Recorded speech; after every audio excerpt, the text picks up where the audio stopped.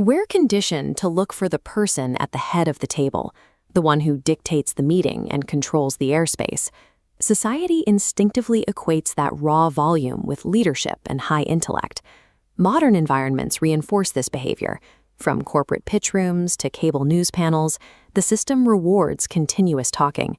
The floor belongs to whoever grabs it first and holds it longest.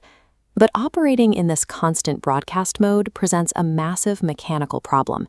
It is an inefficient way to gather accurate information about your environment. Controlling a conversation signals a state of broadcasting without receiving. Dominating the room often masks a lack of incoming data. To understand why, we have to look at cognitive bandwidth. This is the strictly finite amount of mental processing power your brain can dedicate to a social interaction at any given moment. The human brain operates under a strict biological constraint. It requires an immense amount of energy to formulate complex, coherent sentences. While you are busy calculating what you want to say next, your brain drops its ability to deeply analyze incoming signals from people around you. This diagram illustrates how high verbal output bottlenecks data reception. When your transmit pipeline is saturated with your own speech, it chokes off your receive pipeline. You physically block new data from entering your system. Highly intelligent people recognize this biological limit. They deliberately throttle their own verbal output to keep their receiving channels wide open. Watch the person who sits back while everyone else leans in. They aren't disengaged, they are executing a completely different process. While speakers focus on literal words, observers capture invisible data streams. Silence tracks pitch, rhythm, and hesitation, revealing uncertainty or anxiety. It also frees observers to monitor micro-expressions, seeing who flinches, nods, or breaks eye contact. By tracking these secondary streams, the silent participant gathers a vastly richer, more actionable dataset than the person holding the floor. The observer is also evaluating the raw structural logic of the argument itself.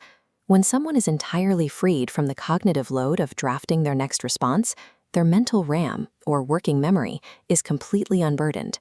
Here we see a logic tree mapping an argument in real time. With their working memory cleared, the observer cross-references statements, isolates structural flaws, and spots logical contradictions as soon as they occur.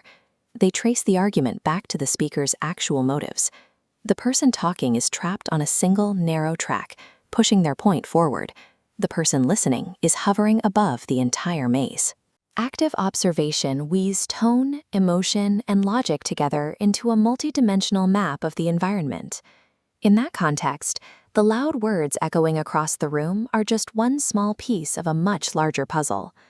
Effective strategy relies on building a complete foundation of truth before taking any action. In high-stakes environments, the most capable individual waits. They absorb the tone, track the reactions, and map the logic until they possess the most complete dataset available. Silence is a high-leverage strategic tool.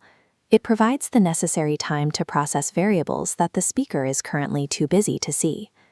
In your next ComSex negotiation or meeting, actively choose to surrender the floor.